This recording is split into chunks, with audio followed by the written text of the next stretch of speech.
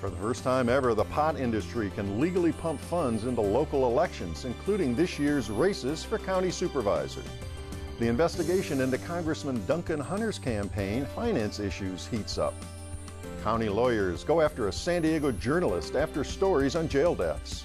And why the editorial page of our local paper is mostly blank today.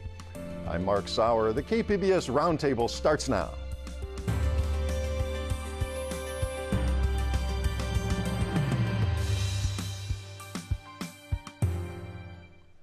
Welcome to our discussion of the week's top stories. I'm Mark Sauer, and joining me at the KPBS Roundtable today, Allison St. John, who covers North County for KPBS News, columnist Michael Smullins of the San Diego Union-Tribune, Matt Hall, editorial and opinion director for the Union-Tribune, and freelance journalist Kelly Davis. Well, much has been written this week over the latest school shooting horror, this time in South Florida, but the Union-Tribune made a dramatic, powerful statement about our endless mass shootings today by writing nothing. The headline, another school shooting, we know what Congress will do next, and this is what follows is a blank 4 columns, 8 inches deep. A lot of creative white space. Matt, what was the thought behind that? I felt like we've written the editorial that we would have written too many times. And so we had a discussion the day of the shooting and what we could do differently, how we could, either advocate for change or kind of comfort the nation, and left that night and just gave it a lot of thought. As a parent, as someone who's covered school shootings, it hits close to home, and I thought that this is the way that we could have a big impact. So we sat around yesterday morning trying to figure out what to say again, and I actually started the meeting by saying, I have this idea, you guys.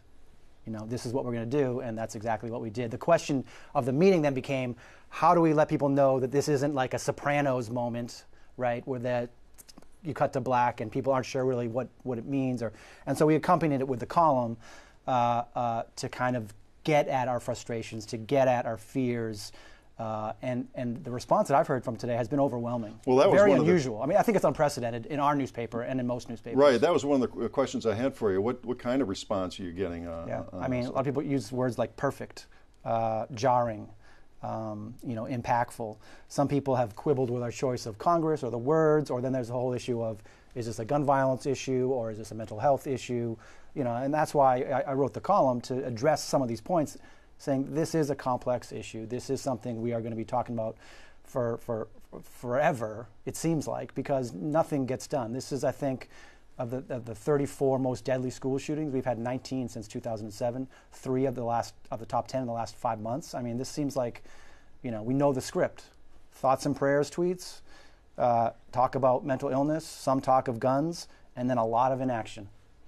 Michael, Allison, go ahead. Well, I was just going to say, I think this is the challenge for the media. I know that the producers of the midday show, every time this happens, it's like, who can we get to invite on now to talk about this? Because it's like nothing seems to change. And yet it's so important that we keep talking about it, and find creative ways to keep talking about it, because we can't just let it go because it seems like nothing's happening. We have to keep bringing this to the public. And I love Kelly? the fact that, well, I can't say it, that's the wrong word.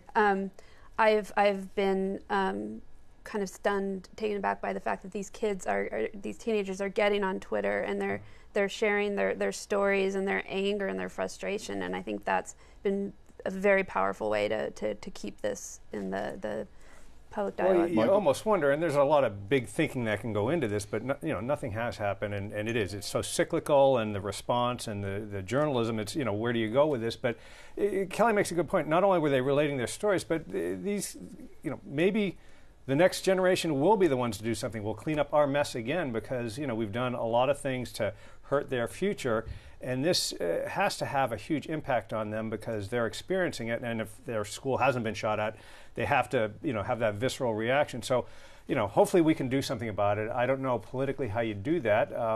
We keep exposing people that put out thoughts and prayers and talk about the millions they get from the NRA.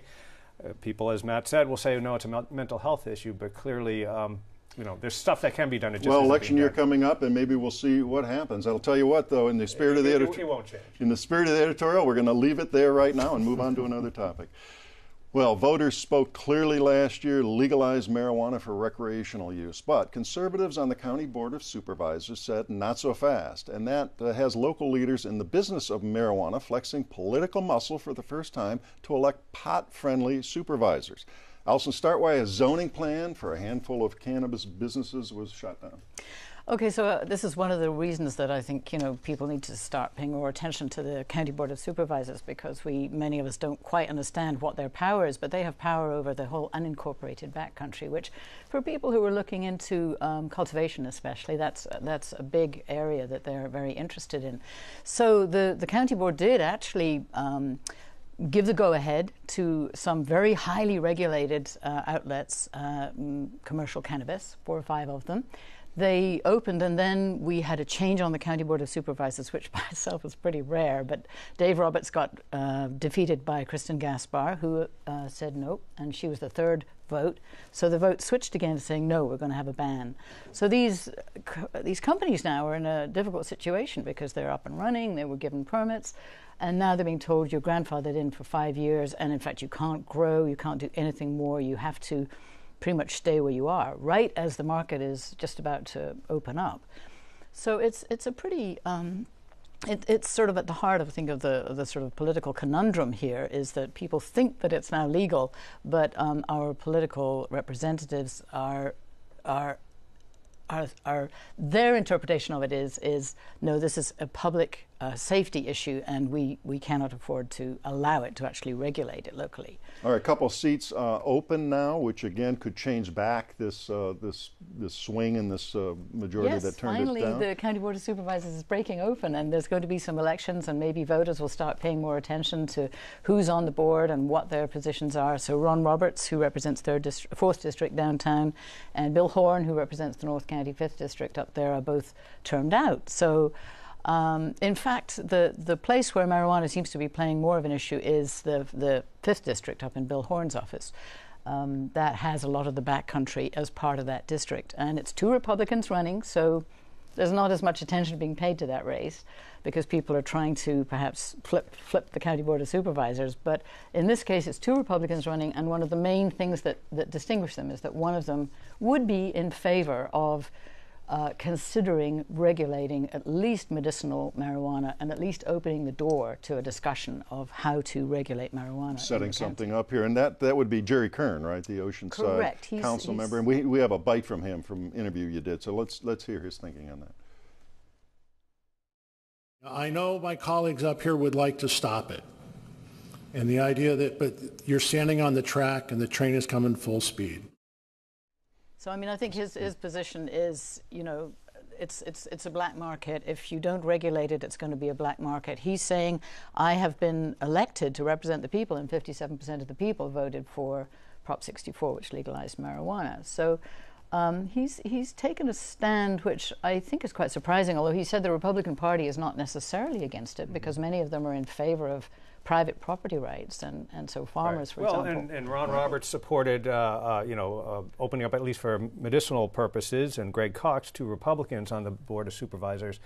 It's interesting because you mentioned 57%, and even in the 5th District, at least in the major population centers, Proposition 64 passed in all of them. So, you do have the situation where at least one of the candidates is going against the will of the voters on that. But I guess the question is that a voting threshold issue? Is that enough to say, is it like guns or in some cases abortion? Do people care that passionately about it that, well, he's not going my way, I'm going to vote for the other guy? Is it a single issue kind of thing, do you think? Or does it mix in with everything else? I think that people are probably going to be looking more at issues of land use, for example, where new development out in the backcountry is a really hot issue for a lot of people, probably more so than marijuana.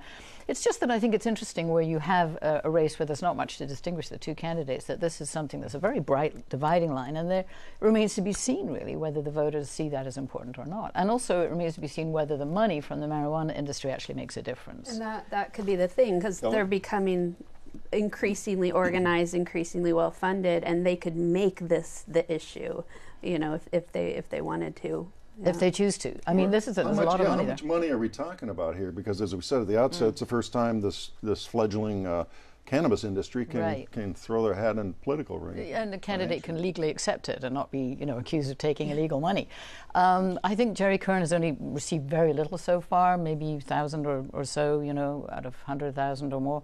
So it's not a significant amount right now that's going into his campaign.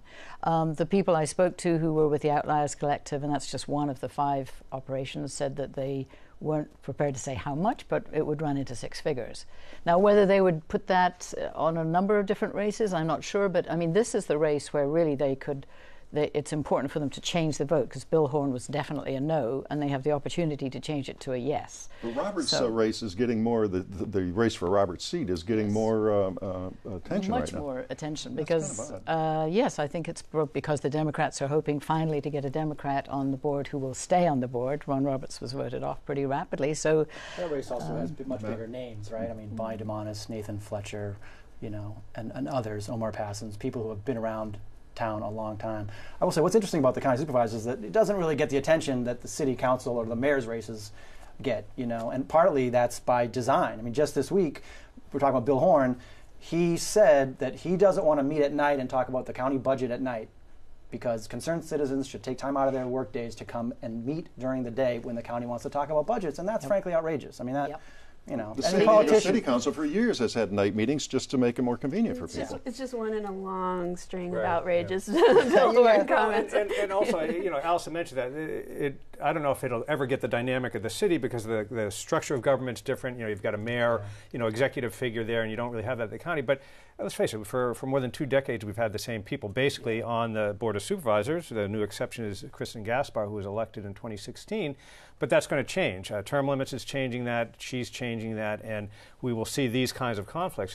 Just getting back to the marijuana issue, in the 4th District, Matt mentioned Nathan Fletcher and Bonnie DeMonis and others are running, but the marijuana industry is really thrown in with Nathan Fletcher a lot on that. He thinks it's just outrageous that the county is so restrictive on something that people use for medicine and is now legal, and that they shouldn't have to go to the extent they do to buy it elsewhere.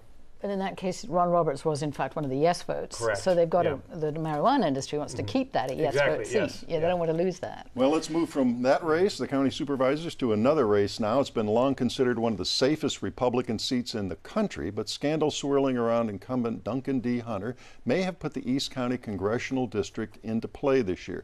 Michael, the name Duncan Hunter, father of the son, has been synonymous with this red district for a long time here, but remind us what's the problems bearing down on the congressman? Well, Duncan the Younger, if you will, he basically took the handoff from his father in 2008 and was very solid in the district as his father was, still is, but he is under investigation and has been for more than a year, as best we can tell, for the misuse of campaign funds for personal reasons.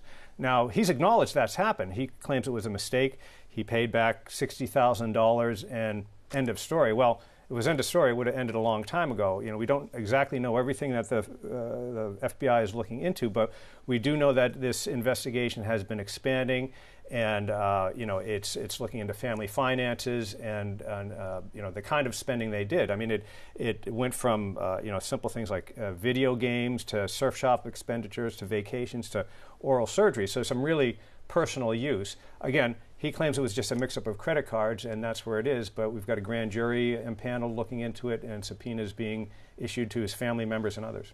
Now, this got under the national radar here recently. Political, widely read site, as it says. It's a political site, and it had quite an extensive story. You wrote some local things, and there was some local publicity about that story. Now, several Republicans were willing to dish dirt on their fellow Republican, Mr. Hunter, in that story here. Is that, you think the game is changing? We've got the federal grand jury involved. Is something coming up? Because there's some clock's ticking here, right? Yeah, well, I don't know if the game is changing. People did talk to Duncan Hunter to suggest, maybe you'd step down, would help you out with your financial bills, your legal bills, which he's handled so far. He's having none of that. He declared very strongly that he's running for re-election. You never know what can happen next if there's another shoe to drop. But so it was interesting that those were private matters that people have been rumored about, and so it didn't really become public.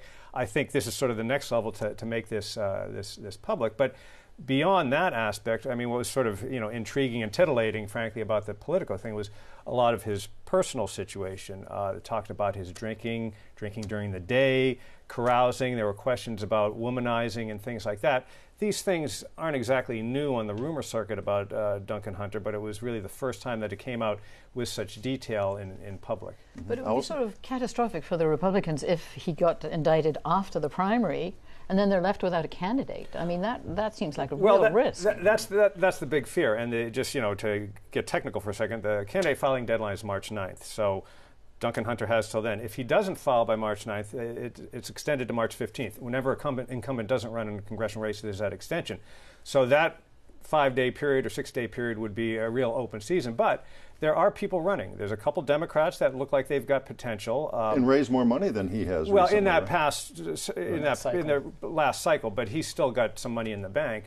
Briefly, tell us who are those Democrats. But first, I just want to say, if nothing catastrophic, if there's no indictment, if there's no huge other revelation, I think Duncan Hunter probably is going to get reelected. I won't say without a sweat this time. But so there's a few candidates. There's a couple Democrats. Josh Butner, who's a school board member out in the backcountry, and he's a former Navy SEAL. And as we know in that district, military service goes a long way, at least it did with both Hunters. And Amar Kampa-Najjar, who is a spokesman for the Labor Department under Clinton. And both these people have raised some pretty good money. But there's a couple Republicans. Andrew Zelt, who's a deputy sheriff, hasn't raised much. But then another fellow named Seamus Saeed, who's a translational services executive. That's his business. And he's put in, at least into his kitty, $100,000 of his own money. So there are Republicans there. Are they the Republicans the party would want? Probably not, because they would like, if Duncan Hunter doesn't run, a heavyweight to come in and not have the chance. Who could that be? Who might that be? Darrell Issa, maybe. But this is just one final look, because what Alice was saying, this is a district the Democrats shouldn't even be dreaming of ever winning, but this happens in controversy.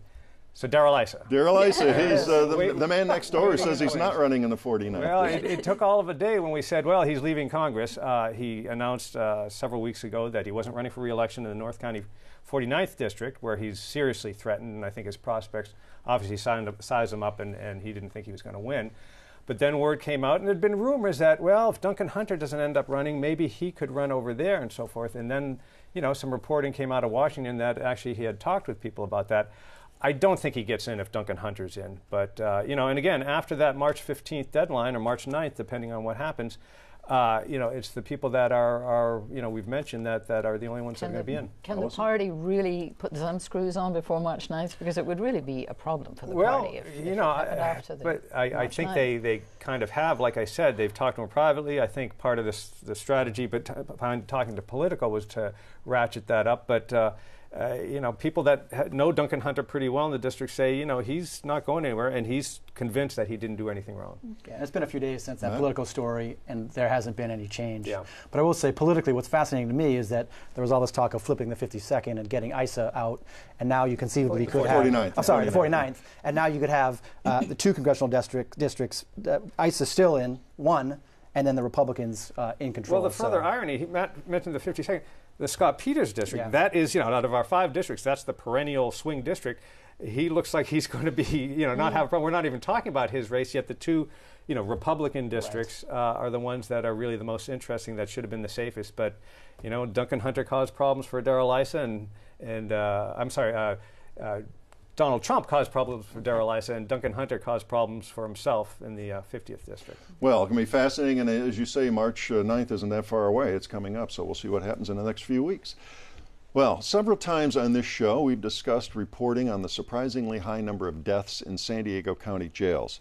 Now the journalist responsible for much of that reporting has been targeted by county attorneys, and that would be you, Kelly. Start with that subpoena. Who sent it, and what did they want? Yeah, so in November, kind of close to Thanksgiving, I was cleaning up the house for some family who were arriving, and got a knock on the door and opened it, and a very friendly lady handed me a subpoena, and I noticed the case. It's one of the oldest. There are several lawsuits against the county right now filed by families of inmates who've from these jail deaths. Yeah, who've died in county jail, and this is from a 2014 suicide by a young Marine named Christopher Nesmith, and so I saw that on the subpoena and thought, okay, here we go. And what was your reaction that day?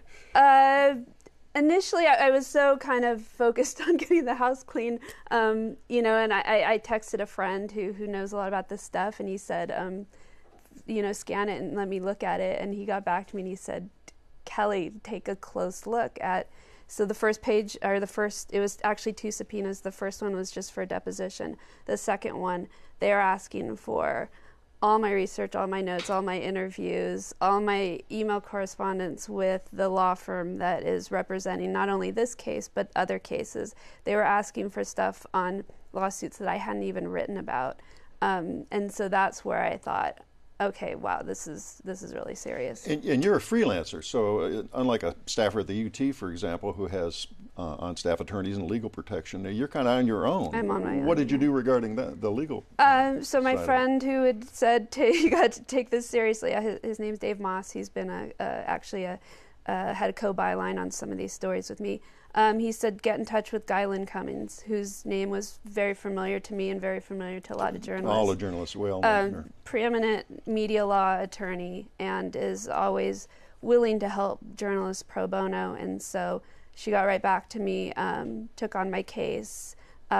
She's kind of gone into semi-retirement, kind of halfway through the case, and a gentleman named Matthew Halgren kind of took over, and they're just incredible. They spent so much time with me talking about this. They got to know these stories and these issues almost as well as I did. All pro bono. All pro bono, yeah. Evenings and weekends, you know, they worked really hard. I can't help thinking that what the county did, which is respond to your stories about people dying in county jails by coming after you, the reporter that revealed it, rather than saying we're going to do an investigation and see if we can improve this, it sort of reflects that same attitude that you were just talking about, Matt, about, you know, sort of entitled and really ignoring public opinion. It's stunning. Yeah. Yes. Yeah. What they were trying to do is kind of pick apart or undermine the crux of these stories has been that the county had the highest mortality rate of the 10 largest inmate mortality rate of the 10 largest counties in California, and then slowly became the county with the highest inmate suicide rate by far. And yeah, they've never brought in experts, consultants, or anything, and instead they go and they try to. Their goal was to undermine my research and pick apart my research. And Kelly, you've been writing this for a while, and like you say, that they haven't brought in experts, but have they done anything to try to improve the situation? Actually, it is pretty, you know, striking. This past year, I think there might have been just one suicide, which, and the head of the jail's medical director actually spoke to a law enforcement review board on Tuesday and talked about new measures they've implemented to bring down the suicide rate. Although a lot of these were things that they told me 3 years ago that they were doing, and there were still suicides, more suicides. I guess these things have finally taken hold. So, I mean, we'll see how it goes. You can't just look at what happens in 1 year. You got to look at, you know, what happens in a few years. And you really didn't have a strong shield law here. A lot of people think, well, journalists don't have to turn this stuff over and all. That you had to have really a judge side with you. Yeah, there's a California shield law that would have protected me, but this is a federal case and there's no federal shield law. So this was a chance, and Matt, who's on the Society of Professional Journalists board with me, it's like this was a chance to speak out on the need for a federal shield law. And what support did you get? You got SPJ and some other folks who rallied to your defense. Yeah, right? I mean, Kelly hit the nail on the head. This is, A, it's an outrage. Instead of attacking the problem, they attacked the messenger. And B, yes, Kelly is a freelancer, but the Society of Professional Journalists, the oldest journalism organization in the country, exists for reasons like this, to get involved when journalists are kind of on the wrong side of an accusation. And we stepped in. We were outraged. We put out a statement, and that was after the judge's ruling, thanking the judge, thanking the lawyers, thanking Kelly for her reporting. But I guess the point is, journalists are not in it alone, and especially in this day and age, there is strength in numbers, and the organization exists to help in a situation like this. Michael? Let me be the skunk at the picnic, a role I cherish sometimes. But they were attacking Kelly, but they're being sued for, I don't know if it's wrongful death or whatever and so forth. Doesn't the county have the right to get all the information they can to defend themselves, to see if they really did anything wrong, or to give them their best defense? So, of course, which is why our statement came after the judge's decision, because the judge, we in our opinion, got it right. Of course, there's a process, and the county went through their process, and the judge said no. And I hope that they don't appeal, and if they do, we'll take it from there. Today's the deadline for them to file an appeal, and so far I haven't heard anything. So, okay, a couple seconds left here. Is this kind of an example of what's happening on the national level with President Trump bashing the press over and over again? Are we emboldening local officials to go after journalists? I didn't feel that way. I don't know if you guys. I think each case is unique, and I think this one, I don't think there was anything like that involved here. Okay, all right, interesting to see, and we'll watch going forward if that appeal's filed and any other similar things happen to journalists on the local level. Well, that does wrap up another week of stories at the KPBS Roundtable. I'd like to thank my guests, Allison St. John of KPBS News, Michael Smullins of the San Diego Union-Tribune, Matt Hall of the Union-Tribune, and freelance journalist Kelly Davis. A reminder, all the stories we discussed today are available on our website, kpbs.org. I'm Mark Sauer. Thanks for joining us today on the Roundtable.